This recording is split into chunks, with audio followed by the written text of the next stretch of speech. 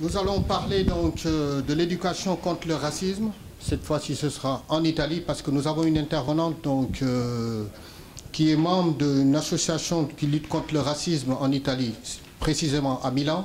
L'association s'appelle Le racisme est une mauvaise histoire. L'association est née parce qu'il y a eu un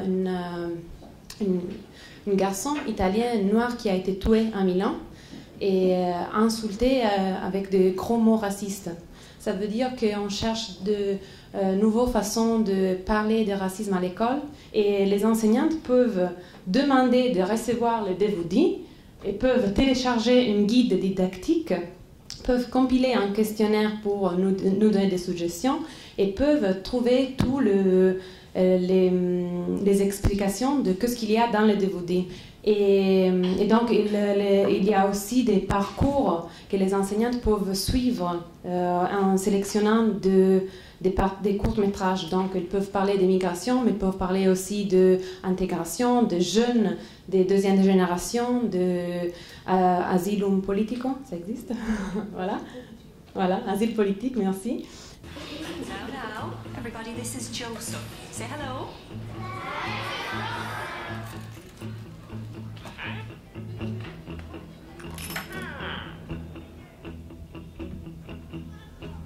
Mi chiamo Pamela, ho 14 anni e faccio la terza media. Enfin, t'as peur des noirs? Quoi? Mia mamma l'ha messo molto prima di me. Ah, boh, vediamo se qua a Milano e Roma, no?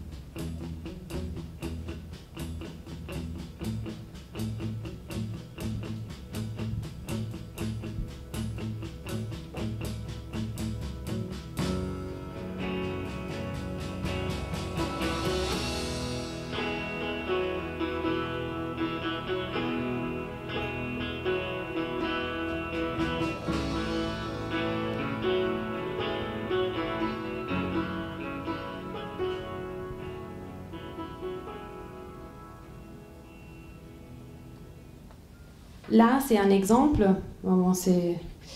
Les enseignantes, après avoir vu les courts-métrages, des fois, nous on a conseillé de le faire, mais des fois ils ont vraiment fait, et c'était super bien. Et ils ont continué l'activité avec les gens, et ils ont fait avec la classe des courts-métrages. Ils disent qu'il y a des crayons rouges et des crayons bleus, d'une partie des crayons rouges, de l'autre partie des crayons bleus. Et ils ne se regardent pas, les crayons. Et après, les élèves, ils ont dessiné, et c'est eux qui ont construit l'histoire. Bon, là, je skip un peu, mais vous pouvez imaginer c'est comment le final. Voilà.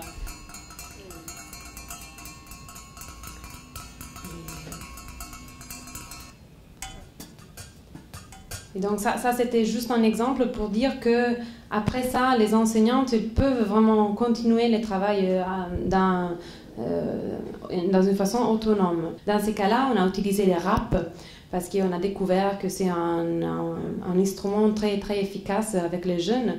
Et donc on a demandé à des rappeurs très connus en Italie de venir avec nous dans les écoles et à côté de nos parties sur le racisme dans laquelle on a travaillé sur les mots et sur les mots corrects pour parler de racisme, les rappeurs ont aidé les jeunes à écrire et chanter une chanson qui utilisait des bons mots qui ne sont pas des mots qui font une discrimination.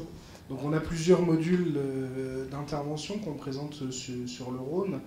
Un qui est plutôt à destination des lycées qui part un petit peu comme l'exemple de notre amie italienne sur la base d'un petit court-métrage. C'est le court-métrage qu'avait réalisé le CRIPS Île-de-France avec Arte, 10 scénarios contre les discriminations, je crois. Donc le film qu'on utilise le plus, c'est un excellent dossier, c'est un film sur une discrimination raciale au logement, mais qui a le mérite de présenter des préjugés. On voit les préjugés des propriétaires qui vont au départ recevoir une jeune fille blanche où tout se passe bien, et puis dès que les colocataires arrivent, il y a un jeune maghrébin et une jeune créole, tout de suite on voit les préjugés des propriétaires et comment, à partir de ces préjugés, finalement le dossier qui était excellent, finalement on va réfléchir et on va passer sur quelque chose d'autre. On passe en revue les critères en essayant de leur faire deviner sur quels critères, à votre avis, il ne devrait pas être possible de discriminer. Et là, le débat peut être des fois super intéressant parce qu'au-delà des 20 critères reconnus par la loi, il y a des idées qui viennent des jeunes sur des nouveaux critères, comme le critère de la pauvreté, par exemple, qui n'est pas un des 20 critères retenus, mais qui serait peut-être intéressant de travailler. Donc là, les élèves, on leur attribue une liste de mots. Alors, on peut adapter la liste de mots en fonction des problématiques qui sont amenées par les enseignants, mais dans la liste de mots, on peut avoir jeunes de banlieue, arabes, flics, homosexuels, etc. Enfin, une liste d'une dizaine de mots en général. On les laisse faire les associations d'idées qui leur viennent à l'esprit directement, donc d'abord individuellement, puis ensuite mise en commun par groupe, avec la possibilité aussi d'illustrer par des dessins. Et chaque groupe ensuite désigne un porte-parole qui vient exposer un petit peu les résultats du débat, et pendant ce temps-là, les animateurs écoutent aussi ce qui se dit, parce que des fois, ils ne sont pas toujours d'accord entre eux lorsqu'ils vont mettre en commun dans les groupes. Et j'aimerais pouvoir dire qu'en France, au niveau du ministère de l'Éducation nationale, on a les mêmes outils pour pouvoir travailler en tant qu'enseignant, mais malheureusement, sorti de la semaine d'éducation contre le racisme donc en France, on a très très peu d'outils pour pouvoir travailler sur les discriminations et le racisme avec les élèves. Comme le disait Hyacinthe, même au niveau des programmes, les programmes sont très peu fournis. On fait par exemple en classe de 5e, on travaille en éducation civique, il y a toute une partie qui est consacrée à l'éducation contre le racisme et les discriminations. Quand je suis en lycée, que je travaille sur des leçons comme le génocide, les juifs et les tziganes, ou les différentes formes de génocide, confrontés souvent à une forme de remise en question, presque du négationnisme de la part des élèves, ou voire encore une sorte de mémoire concurrentielle entre le génocide. Par exemple, comparer l'esclavagisme et ses dégâts avec le génocide des Juifs ou encore le génocide arménien. Et je me demandais juste, est-ce que c'est pas aussi un problème de programme scolaire, justement parce qu'on occulte certaines parties de l'histoire de France, qui est aussi l'histoire de tous ces Français immigrés, etc. Et que la France-Afrique, on en parle très peu, la guerre d'Algérie, on en parle très peu, et que finalement, on n'a que la vision du vainqueur, entre guillemets, et c'est toujours ce qui reste de l'histoire, c'est celui qui l'écrit. Et c'est peut-être, je pose la question, est-ce que ces gamins, ils ne se sentent pas représentés, ou ils font une espèce de concurrence de malheur, une concurrence de on n'existe pas, on ne parle pas de nous, etc. Parce que les programmes scolaires ne tiennent pas compte de leur vécu. Voilà. C'est un lycée, je viens de Montreux-Follionne, c'est un lycée qui est Z+, je pense maintenant aujourd'hui, parce que c'était quand même une zone qui craignait. Vous dites qu'il faut réagir à partir du lycée, faire des débats à partir du lycée. Moi, quand je suis arrivé là-bas, je venais du collège de Bois-Laurent, je venais du collège d'Encourt, qui était un petit collège de blancs et bourgeois, on le dit clairement, parce qu'il n'y avait que ça dans cette communauté. Quand je suis arrivé là-bas, il y avait déjà du racisme, il y avait déjà des mises à part, il y avait, que ce soit du côté blanc, que ce soit du côté noir, que ce soit de n'importe quel côté, c'était déjà sectarisé. Et je trouve ça un petit peu dommage que ça soit à partir du lycée qu'on puisse apporter des débats là-dessus. Pour moi, c'est le collège, pour moi, c'est la primaire, par exemple. Enfin, je trouve que le débat italien est très intéressant, parce que c'est des outils qui sont mis à disposition dès le plus jeune âge, c'est des choses qui doivent être apprises plus tôt. Et je comprends pas, pourquoi le lycée, pourquoi apporter un débat à partir du lycée? En Italie, ça m'intéresse parce que je connais bien l'Italie, vous intervenez de façon facultative ou non, à la demande des enseignants. Est-ce que c'est maintenant inscrit dans les programmes? À quel niveau vous le faites? Je voudrais dire quelque chose, c'est que si en Italie c'est peut-être avant nous, c'est parce qu'il y a des problèmes sanglants. Il y a Lampedusa, il y a pas mal de choses qui sont une ministre qui a été sans cesse balayée, etc. Je pense que là, vraiment, s'il y a quelque chose en Italie, c'est pas aussi un hasard. À quel niveau vous le faites? Est-ce que c'est volontaire? Est-ce que qui vous invite, etc. Si je prends par exemple, ne serait-ce que la question de la guerre d'Algérie, il y a 20 ans, on parlait des événements d'Algérie. Aujourd'hui, on parle de la guerre d'Algérie. Pour remonter encore un peu plus loin, si je prends la question de la Seconde Guerre mondiale, il faut se souvenir qu'après 1945, avec une seule volonté, c'était l'oubli. oublié ce qui s'était donc passé donc, durant donc, cette période-là. Et c'est uniquement pratiquement 30 à 40 ans plus tard qu'on a commencé à faire le travail de mémoire. On a une formation principalement universitaire. Je ne suis pas sûr que dans beaucoup d'universités, on trouve donc des formations spécifiques et justement même des modules ou des choses comme ça spécifiques à tout ce qui est forme de discrimination et de racisme. Donc il y a peut-être quelque chose aussi à revoir au niveau de la formation donc, des enseignants sur ces questions-là. Aujourd'hui, pour nous, la responsabilité incombe au ministère de l'Éducation nationale.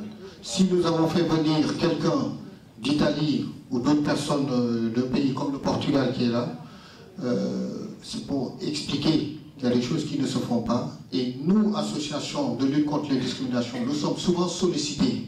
Non, ce que je voulais dire, c'est que certes, il y a l'éducation civique, mais il ne faut pas s'arrêter à l'éducation civique. Enfin, ça commence à partir de la maternelle. La question du vivre ensemble, le respect de l'autre, le climat dans les établissements scolaires, le respect des autres. C'est comme ça qu'on apprend à justement, on apprend la tolérance. Alors, c'est peut-être des choses qui, voilà, ce sont sûrement des grandes idées, mais voilà, dans des établissements ça fonctionne. Il y a des associations qui travaillent pour ça. Nous, c'est ce qu'on demande aussi depuis des années, justement, qu'il y ait ce travail-là. Mais ça peut se faire aussi bien en maternelle, ça peut se faire au lycée, ça peut se faire à tous les échelons. Et aussi dans toutes les matières. Par exemple, le français, tout simplement. Là, voilà. On va parler des discriminations, mais voilà, qu'il y ait un peu plus d'auteurs africains, qu'il y ait un peu plus de femmes, par exemple. Si dans le programme, il est inscrit noir sur blanc qu'il faut travailler sur les discriminations, qu'il faut travailler sur la tolérance en mettant en avant telle ou telle situation, les enseignants vont appliquer les programmes. Parce que par définition, un enseignant applique les programmes. Si vous étiez un peu au courant, vous sauriez qu'il existe aussi des syndicats enseignants qui travaillent sur les discriminations. Il y a un certain nombre d'écrits qui existent, que ce soit sur la lutte des femmes, sur l'homophobie. Il existe un certain nombre de combats d'enseignants contre ces discriminations. Il faut savoir aussi que sur le sexisme, les premiers qui travaillent sur la modification des manuels scolaires, ce sont les enseignants. Vous avez peut-être remarqué qu'aujourd'hui, on joue un peu moins à la poupée dans les bouquins quand on est une fille, on joue un peu moins à la voiture quand on est un garçon. En fait, moi c'est De Charles Dakar, je suis directeur de l'association AGEPA France, et qui est aussi qui représente la Maison des Portes à Grigny et à Viry. L'expérience que nous partageons avec nous, les habitants sur le quartier de la Grande Borne, qui est à cheval à la fois sur la ville de Viry-Châtillon et de Grigny, consiste à créer des espaces d'échange avec des adultes pour travailler dans le sens des luttes contre les discriminations. Tout à l'heure, Sylvie a parlé d'une expérience avec des parents d'élèves, avec comment faire améliorer le vivre ensemble. Nous, au quotidien, c'est ce qu'on fait. À travers des ateliers de socialisation, ces ateliers impliquent l'apprentissage de la langue française à des gens qui ne sont pas d'origine francophone ou qui sont de pays francophones mais qui n'ont pas eu la chance d'aller à l'école, et qui aujourd'hui, dans l'Hexagone, nous pensons qu'il faut leur donner cette chance-là. Et j'ai avec moi toute une équipe de bénévoles qui eux-mêmes sont arrivés en France pour la plupart de pays qui ne maîtrisent pas trop le français, qui l'ont amélioré ici et qui aujourd'hui servent les ateliers pour aider leurs concitoyens. En Italie, effectivement, nous, on a des gros problèmes de racisme et on a surtout des gros problèmes d'éducation à l'antiracisme. Donc, c'est vrai qu'il faut qu'on commence à faire des choses et on commence à faire beaucoup de choses parce que c'est la situation, c'est de pire en pire, quoi. Alors, le niveau dans lequel nous, on travaille comme association, c'est le niveau d'association. Donc, ce n'est pas forcément lié au ministère. Mais par contre, et ça, je crois que c'est le rôle du troisième secteur pour l'instant en Italie. On demande, on fait des projets dans lesquels on demande des financements publics, soit des financements de fondations privées. Donc c'est pour ça aussi que nous, on a des projets qui sont en collaboration avec les ministères publics, en collaboration avec les ministères de l'Éducation et les ministères de l'égale opportunité. Mais nous, on fait aussi des projets à la demande des écoles. Donc, on a des écoles qui nous demandent est-ce que vous pouvez venir faire quelque chose, et nous, on y va. Là, on peut y aller parce qu'on a des financements qui viennent de l'association, des associés de l'association.